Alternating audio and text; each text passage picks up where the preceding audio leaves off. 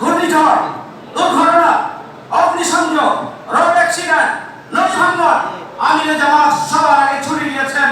এত জুলুমের মধ্য দিয়েও সাংবাদিক ভাই বন্ধুগণ, আমিরে জামাত বাংলাদেশের এক প্রান্ত থেকে আরেক প্রান্ত পর্যন্ত বিপর্যস্ত ক্ষতিগ্রস্ত মানুষকে তারা সাহস জুগিয়েছেন, পাশে দাঁড়িয়েছেন এবং এক মানবিক কার্যক্রমের জন্য তিনি গোটা বাংলাদেশে ছড়িয়ে পড়েছেন।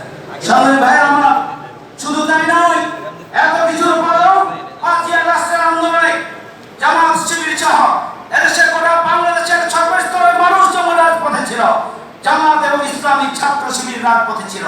রাজপথের থেকে একদিকে যেমনিভাবে তারা ভূমিকা পালন করেছে, অন্যদিকে আমরা ঘটনা চলাকালীন সময়ে আমরা স্বাস্থ্য সেবা নিশ্চিত করার জন্য অ্যাম্বুলেন্সের ব্যবস্থা করেছি, চিকিৎসার ব্যবস্থা করেছি। হসপিটালে আমরা ডাক্তারদেরকে বসিয়ে, স্বেচ্ছাসেবক বসিয়ে তাদের চিকিৎসার জন্য আমরা ব্যবস্থা গ্রহণ করেছি। তাদের কাফনের জন্য আমরা পদক্ষেপ গ্রহণ করেছি জামাত ইসলামী বাংলাদেশের পক্ষ থেকে। শুধু তাই নয়, প্রতিটি শহীদ পরিবারের কথা আপনারা শুনেছেন। প্রত্যেকটি শহীদ পরিবারের কাছে আমরা পৌঁছেছি।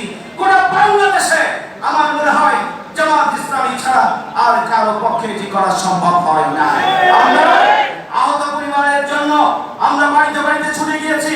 হসপিটালে বিলগুলোকে পর্যন্ত আমরা নিজেরা পরিশোধ করেছি। একসাথে 1 মাস পরে এরকম বেশ কয়েকটি হসপিটাল রয়েছে। আমরা শহীদ পরিবারের পাশে ছিলাম। জামাত ইসলামের কি মজলুম দল হিসাবে শহীদ পরিবারের পাশে ছিল, আছে এবং থাকবে।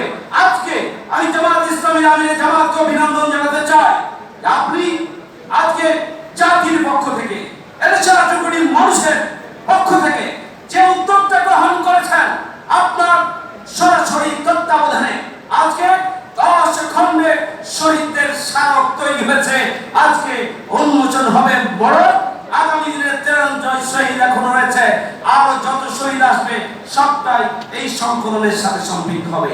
ইতিহাসের সাথে শহীদদের সম্পৃক্ততা আজকে আরো সুদৃঢ় হলো। শহীদদেরকে ভুলে যাওয়ার কোনো সুযোগ নেই। আগামী দিনে বাংলাদেশ জামাত ইসলামী শহীদদের বিচার নিশ্চিত করার জন্য ভূমিকা পালন করবে ইনশাআল্লাহ।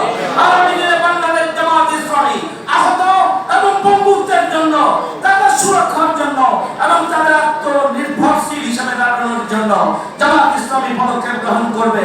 আগামী দিনে বাংলাদেশ জামাত ইসলামী শহীদদের প্রতিষ্ঠিত করার জন্য সার্বিক পদক্ষেপ গ্রহণ করবে ইনশাআল্লাহ। সবাইকে ধন্যবাদ। আল্লাহ হাফেজ। বাংলাদেশ জিন্দাবাদ। বাংলাদেশ জামাত ইসলামী জিন্দাবাদ। সম্মানিত সুধী মণ্ডলী, পর্যায়ে আমাদের সামনে